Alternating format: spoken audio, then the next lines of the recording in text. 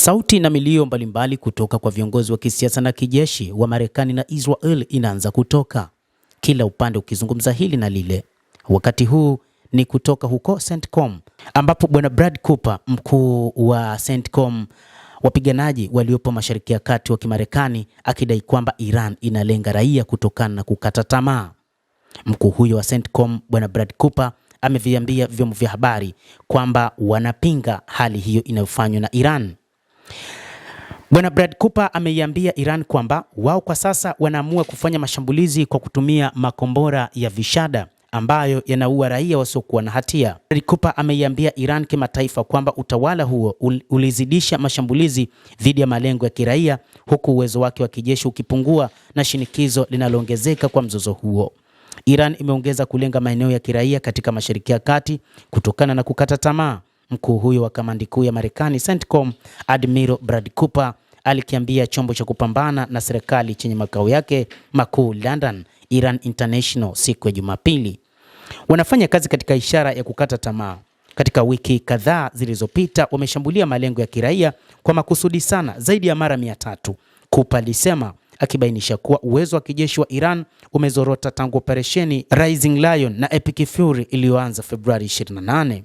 Mkazo katika utawala huo umeilazimu kupunguza kiwango cha mashambulizi dhidi ya majirani zake na Israel, Cooper alisema. Licha ya kwamba wakati huu mashambulizi ya Iran yamekuwa ni makubwa na mengi kadri siku zinavyozidi kusonga.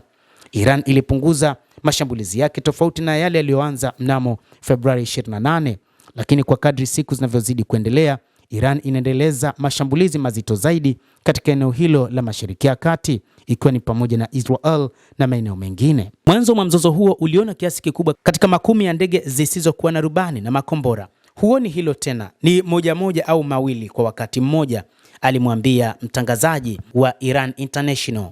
Cooper anasema kwamba mlango bahari wa Hormuz lazima uwe wazi kwa usafiri, na Marekani na washirika wake watafanya kazi ili kupata njia hiyo ya meli katika mlango bahari wa Hormuz.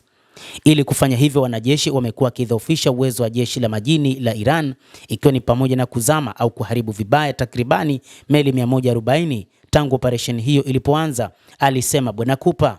Mlango bahari wa Hormuz upo wazi kuweza kuvuka. Sababu ya meli hazipitiki hivi sasa ni kwa sababu Jamhuri ya Kiislamu ya Iran inazifyatulia risasi na kwa ndege zisizokuwa na rubani na makombora, Cooper aliambia Iran International.